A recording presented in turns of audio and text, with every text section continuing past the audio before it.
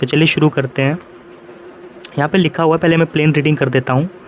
Registered document relating to property when to take effect against oral agreement, यानी कि registered document जो होते हैं, राइटिंग में registered document, proper stamp duty pay करके, रजिस्ट्रेशन फ़ीस करके आपने सब रजिस्ट्रार के पास उसको रजिस्टर करवा लिया, तो उसकी वैल्यू यहाँ पे कहा गया है ओरल एग्रीमेंट से ज़्यादा होगी कि नहीं होगी, ये बताया गया है इस सेक्शन में। तो प्लेन रीडिंग शुरू करते हैं। All non testamentary document duly registered under this act and relating to any property whether movable और immovable shall take effect against any oral agreement or declaration relating to such property unless where the agreement or declaration has been accompanied or followed by a delivery of possession and the same constitutes a valid transfer under the law for the time being in force। यानी कि आपके पास कोई अगर non testamentary document है, writing में registered किसी movable या immovable property के लिए, इमूवेबल या मूवेबल प्रॉपर्टी के लिए कोई आपके पास रजिस्टर्ड राइटिंग में नॉन टेस्टामेंट्री डॉक्यूमेंट है, एग्रीमेंट है, तो उसकी वैल्यू कभी भी ओरल एग्रीमेंट से ज़्यादा रहेगी। लेकिन अगर ओरल एग्रीमेंट पोजेशन के साथ है और वो एक वैलिड ट्रांसफ़र है किसी लॉ में, तो उनकी बराबर वैल्यू कहलाएगी। आपको एग्जांपल में बताता हूँ कि ए और बी आपस में एग्रीमेंट करते हैं कि भाई ए की प्रॉपर्टी जो है वो बी को बेच रहा है, तो वो लोग राइटिंग में करते हैं, रजिस्टर्ड डॉक्यूमेंट होता है, सब कुछ रजिस्टर करवा लेते हैं वो लोग सब रजिस्ट्रार के पास जा कर के, और उसके बाद वो जो है बी को बेच देता है। लेकिन ए ने ये जो बी को बेचा है, इससे जस्ट 6 महीने पहले मान लीजिए ए ने सेम प्रॉपर्टी जो है एक जेड को जो है, ये वही सेम प्रॉपर्टी जेड को ओरली बेचा था। मतलब उसने कहा जेड ये ले मेरी प्रॉपर्टी और मेरे प्रॉपर्टी में आके तू रह ले, मेरे को पैसा दे दे, और अपने को लिखने की कोई ज़रूरत नहीं है, ये सब फालतू काम होता है, टाइम वेस्ट होगा, तू मेरे को पैसा दे और मैं तेरे को मकान खाली करके देता हूँ, तू मेरी जगह पे आके रह ले, तो तेरा मकान हो जाएगा। तो ऐसे उसने कर लिया। अब वहाँ पे जेड रहता है, ठीक है, सिर्फ ओरली था। अब क्या होता है, अब क्योंकि ए ने बी को बेच दिया, ए ने ये बेच जब, या फिर उसने ए ने किसी भी कारण से बोला होगा कि भाई बी तो मेरा रिश्तेदार है, मैं किराए पे रहता है मेरे पास, तुम टेंशन मत लो, प्रॉपर्टी मेरी है, मैं आपको बेच रहा हूँ, तो आपको क्या टेंशन है। तो बी भी तैयार हो गया, भाई हाँ कुछ भी रीज़न की वजह से रहता हो, उसका रिश्तेदार हो, कोई भी हो, रहने के लिए उसने दे रखा हो, मुझे क्या मतलब, मैं तो भैया रजिस्टर्ड डॉक्यूमेंट प्रॉपर वैलिड तरीके से बना करके मुझे मिल रही है प्रॉपर्टी, तो उसने ले ली। तो अब जब बी जाता है और बोलता है एक प्रॉपर्टी पे जाता है और जेड को बोलता है चलो भाई प्रॉपर्टी खाली करो, मेरे को ये बिक गई है प्रॉपर्टी और ये मेरी है अब। तो बी कहता है कैसे तेरी है भाई, इसको मैंने ओरली जो है ख़रीदा है। तो उसने कहा भाई ओरल का जो है कोई वैल्यू नहीं है, आपको मैं कोर्ट में अभी चैलेंज करूँगा। कोर्ट में चैलेंज किया तो भाई जेड डर गया, जेड बोला कि भाई मैं तो ओरली सर, मैंने तो पैसे दिए हैं, कोर्ट को बोला, कोर्ट में जज को बोला। तो जज ने कहा कि भैया ओरल एग्रीमेंट जो है आपका उसकी कोई वैल्यू नहीं है। तो उसने कहा सर मेरे पास पोजेशन भी है, मैं वहाँ रहता हूँ, कैसे वैल्यू नहीं है। तो जज ने कहा अच्छा आपके पास पोजेशन है, बहुत अच्छी बात है, तो पोजेशन है तब तो वैलिड होना चाहिए। उसने कहा जी सर हमारे पास ओरल एग्रीमेंट हुआ लेकिन साथ में पोजेशन भी है मेरे पास। तो जज ने कहा पोजेशन है वो तो ठीक है, लेकिन अगर आपका पोजेशन जो प्रॉपर्टी लॉ है, यानी ट्रांसफ़र ऑफ प्रॉपर्टी एक्ट, क्योंकि वो एक इमूवेबल प्रॉपर्टी है, तो main property law of land जो है, प्रॉपर्टी लॉ जो है इंडिया की, उसके अंदर क्या एक वैलिड ट्रांसफ़र है आपका ये एक्ट या आपका एग्रीमेंट। अगर वो वैलिड भी है, साथ में पोजेशन भी है और ओरल भी है, तीनों चीज़ होना चाहिए, तब जा कर के आपका जो है ये एक वैलिड ट्रांसफ़र होगा और जो कि रजिस्टर्ड एग्रीमेंट के बराबर उसकी वैल्यू होगी। तो जो है हमारे जेड ने कहा नहीं सर मुझे ये नहीं पता ये वैलिड है कि नहीं है, ये आप बताइए।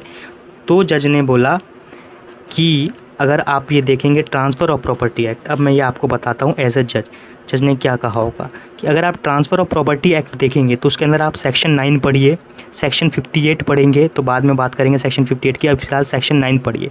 सेक्शन 9 कहता है कि आपका जो ओरल एग्रीमेंट वैसे तो वैलिड है, ओरल एग्रीमेंट वैलिड है। लेकिन अगर आपने ट्रांसफ़र ऑफ प्रॉपर्टी एक्ट पढ़ा हो तो आपको पता होगा कि transfer of property act oral agreement को वैलिड तो कहता है, लेकिन वो 100 रुपये से ज़्यादा नहीं होनी चाहिए। 100 रुपये से ज़्यादा की अगर ओरल एग्रीमेंट है तो उसे आपको रजिस्टर्ड ही करवाना पड़ेगा, तभी वैलिड होगा। तो यानी कि आपका ओरल एग्रीमेंट वैलिड है, आपका पोजेसन मिल गया, वो भी अच्छी बात है। लेकिन क्योंकि आपका ये प्रॉपर्टी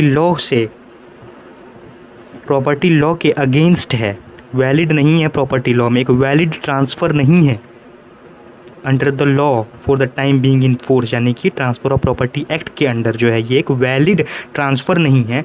तो बेशक से आपको ओरल एग्रीमेंट है, बेशक से आपको पोजेसन भी दे दी उसने, लेकिन क्योंकि ये वैलिड ट्रांसफ़र नहीं है इसीलिए एक ये रजिस्टर्ड डॉक्यूमेंट से रजिस्टर्ड एग्रीमेंट के अगेंस्ट में इसकी बराबर वैल्यू नहीं मानी जाएगी। तो ये हमारा सेक्शन 48 कहता है। अब इसके अंदर एक एक्सेप्शन भी बाद में दे दिया गया है। एक्सेप्शन क्या है दोस्तों? एक्सेप्शन ये है कि मान के चलिए, पहले तो मैं आपको एक एग्जांपल दे देता हूँ कि अगर ऐसा ही है कि ओरल एग्रीमेंट पोजेसन के साथ और एक वैलिड ट्रांसफ़र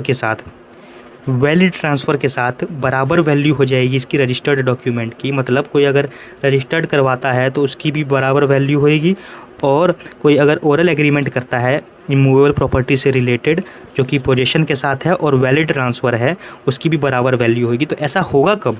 क्योंकि प्रॉपर्टी 100 रुपये की से कम की तो कोई इमूवेबल प्रॉपर्टी होती नहीं है। ऐसा होगा कब? तो वही वाली बात है, यही आपको समझना पड़ेगा कि 100 रुपये से ज़्यादा की जो है 100 रुपये से ज़्यादा की वैल्यू की अगर प्रॉपर्टी है तो जो है हमको जो है उसे करवाना ही पड़ता है राइटिंग में। अगर वो राइटिंग में नहीं होगा तो दिक्कत हो जाएगी। ठीक है जी। अब मैं एक आपको एग्जांपल देता हूँ। सेक्शन 107 है अपना ट्रांसफ़र ऑफ प्रॉपर्टी एक्ट का।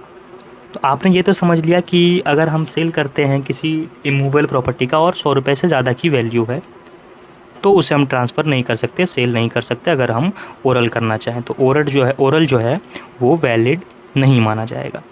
लेकिन मान के चलिए आप सेल नहीं कर रहे हैं, लीज़ ले रहे हैं, तो आपको पता होना चाहिए लीज़ अगर 1 साल या उससे ज़्यादा का है तो आपको फिर से जो है वो आपको जो है रजिस्टर करवाना पड़ेगा। ठीक है। लेकिन आपने ओरल लीज़ ले लिया 11 महीने का, साथ में पोजेसन भी आपको मिल गया, और क्योंकि ये एक वैलिड ट्रांसफ़र है, क्योंकि सेक्शन 107 जो है अपना सेक्शन 107 जो है वो कहता है कि अपना लीज़ अगर जो है तो वो ट्रांसफ़र जो लीज़ जो है वो अगर 1 साल से ज़्यादा का नहीं है तो आपको जो है उसके अंदर जो है रजिस्ट्रेशन की ज़रूरत नहीं पड़ती है। और वहाँ पे अगर वो लीज़ है, क्योंकि वो सेल नहीं है, तो 100 रुपये से कम का हो या ज़्यादा का हो उससे मतलब नहीं है। लीज़ है और 1 साल से कम का है, 12 महीने से कम का है, तो आपको अगर वो आप करेंगे और उसको ओरली करेंगे, किसी भी वैल्यू से करेंगे, पोजेसन के साथ करेंगे, तो वो एक रजिस्टर्ड लीज़ जो होगी 11 महीने की उससे बराबर वैल्यू होगी, उसके अगेंस्ट काम आ जाएगा आपके, अगर आपका एग्जीक्यूशन उस रजिस्टर्ड लीज़ से पहले। तो आपको मैंने एग्जांपल दे दिया कि ये क्यों लाइन लिखी हुई है, तब आपको समझ में आ गया होगा, एक्सपेक्ट करता हूँ मैं ये चीज़। और आगे अगर इसका हम प्रोविजो पढ़ें तो लिखा है provided that a mortgage by deposit of title deed as defined in section 58 और transfer of property shall take effect against any mortgage deed subsequently executed. यहाँ पर कहा गया अगर आप मॉर्गेज लगाते हैं, मॉर्गेज भी अगर 100 रुपये से ज़्यादा का हो तो आपको रजिस्टर करवाना पड़ता है। ये भी आप मॉर्गेज का सेक्शन पढ़ेंगे तो आपको पता लग जाएगा ट्रांसफर ऑफ प्रॉपर्टी एक्ट में। लेकिन यहाँ पर लिखा हुआ है कि अगर मॉर्गेज बाय टाइटल डीड है, जब आपने मॉर्गेज आप पढ़ेंगे मॉर्गेज ऑफ टाइटल डीड, तो आपको पता लगेगा कि अगर आप किसी को ओरली मॉर्गेज करते हैं अपनी प्रॉपर्टी और किसी को उसके बदले में टाइटल डीड दे देते हैं आपको मॉर्गेजी को, तो क्या होता है कि अगर आप टाइटल डीड दे देते हैं और ओरली आप एग्रीमेंट करते हैं तो टाइटल डीड वाले मॉर्गेज का, मॉर्गेज विद टाइटल डीड जो आप पढ़ेंगे तो आपको पता लग जाएगा, तो वो एक वैलिड होता है। सिर्फ एक ही एक्सेप्शन है मॉर्गेज के अंदर कि सिर्फ एक ही एक्सेप्शन है कि टाइटल डीड वाला मॉर्गेज जो होता है वो जो है उसके लिए जो है हमको रजिस्ट्रेशन नहीं करवाना पड़ता है। तो इसीलिए आप देखते हैं कि हमारे इलाके में अगर आप भी अगर कभी अपने प्रॉपर्टी को मॉर्गेज करेंगे, किसी से लोन लेते हैं, आप किसी साहूकार से, ठेकेदार से, अगर किसी भी अमीर आदमी से आप लोन ले लेते हैं अपने इलाके में, और वो एक क्योंकि इंस्टीट्यूशनल लोन नहीं है, किसी बैंक से आपने नहीं लिया है, आपने ऐसे ही अनऑफिशियल तरीके से ले लिया है और बदले में आपने उसको टाइटल डीड दे दिया और ओरली आपने एग्रीमेंट कर लिया कि हाँ जी मेरे को आप लोन दे दो 10 लाख का, 20 लाख का, 30 लाख का, और मेरा ज़मीन का कागज़ आपके पास रहेगा। तो वो जो है टाइटल डीड से हुआ मॉर्टगेज बेशक से ओरल हो, लेकिन अगर आपने फ्यूचर में उस सेम प्रॉपर्टी का रजिस्टर्ड मॉर्टगेज लगाया तो भी उससे ज़्यादा प्रायोरिटी उस पहले वाले ओरल तरीके से, ओरल एग्रीमेंट से किए हुआ मॉर्टगेज का ज़्यादा वैल्यू होगा आपके रजिस्टर्ड सब्सिक्वेंट रजिस्टर्ड मॉर्टगेज से। तो ये आपको याद रखना है, लेकिन दोनों मॉर्टगेज ही होना चाहिए, सेम चीज़ होना चाहिए और सेम प्रॉपर्टी का होना चाहिए।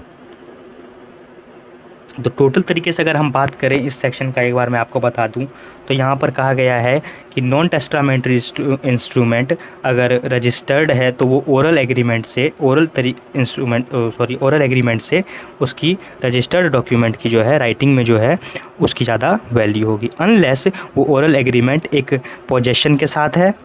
ओरल एग्रीमेंट हुआ पोजेशन के साथ हुआ और उसके साथ में वो जो पोजेशन है और ओरल एग्रीमेंट है वो जिस प्रॉपर्टी के लिए हुआ है वो प्रॉपर्टी के साथ जो है वो एग्रीमेंट ओरल जो हुआ है वो एक वैलिड एग्रीमेंट है, वैलिड तरीके से ट्रांसफ़र हुआ है और एक वैलिड ट्रांसफ़र या एग्जीक्यूशन माना जाता है उस लॉ में, जिस लॉ के अंदर उस प्रॉपर्टी को, उस इमूवेबल प्रॉपर्टी या मूवेबल प्रॉपर्टी को ट्रांसफ़र किया गया है ओरली। इसके अलावा अगर आप बात करो कि इमूवेबल प्रॉपर्टी से रिलेटेड, तो अगर आप बात करो किसी भी तरह का इमूवेबल प्रॉपर्टी हो तो वो जो है 100 रुपये से ज़्यादा की अगर उसकी वैल्यू, तो आपको अगर उसको सेल करते हो या मॉर्टगेज करते हो तो आपको रजिस्टर करना पड़ता है। लेकिन सिर्फ एक एग्जांपल है, एक्सेप्शन है कि अगर आपका मॉर्टगेज बाय टाइटल डीड है तो वहाँ पे जो है आप ओरली भी अगर एग्रीमेंट करते हो तो उसके सब्सिक्वेंट अगर कोई मॉर्टगेज होता है सेम प्रॉपर्टी को लेकर के, वो बेशक रजिस्टर्ड हो, राइटिंग में हो, तभी भी उसकी वैल्यू प्रायर जो किसी ओरल मॉर्टगेज है उससे कम रहेगी, क्योंकि उसमें एग्जीक्यूशन देखा जाएगा। एग्जीक्यूशन में आप देखोगे कि भाई ओरल वाला जो है डिपॉजिट ऑफ टाइटल डीड वाला जो है वो पहले हुआ था, तो उसकी बेशक से फ्यूचर वाला जो है वो रजिस्टर्ड हो, तभी भी ओरल वाला जो है पुराना वो वैलिड माना जाएगा और वो उसकी प्रायोरिटी ज़्यादा होगी लेटेस्ट अपना अर्लियर वाले रजिस्टर्ड मॉर्टगेज से। तो ये ओवरऑल जो है सेक्शन 48 बताता है। आई होप, मैं पहली बार ज़िंदगी में वीडियो बना रहा हूँ तो मुझे अभी मैं सही से हो सकता है ना बता पा रहा हूँ आपको, लेकिन आई होप समझ गए होगे आप। और अगर आपको कोई भी प्रॉब्लम आती है इस सेक्शन के अंदर या आपको कोई क्वेश्चन हो, डाउट क्वेरी हो, तो आप मुझे कमेंट सेक्शन में पूछ सकते हैं। Thank you.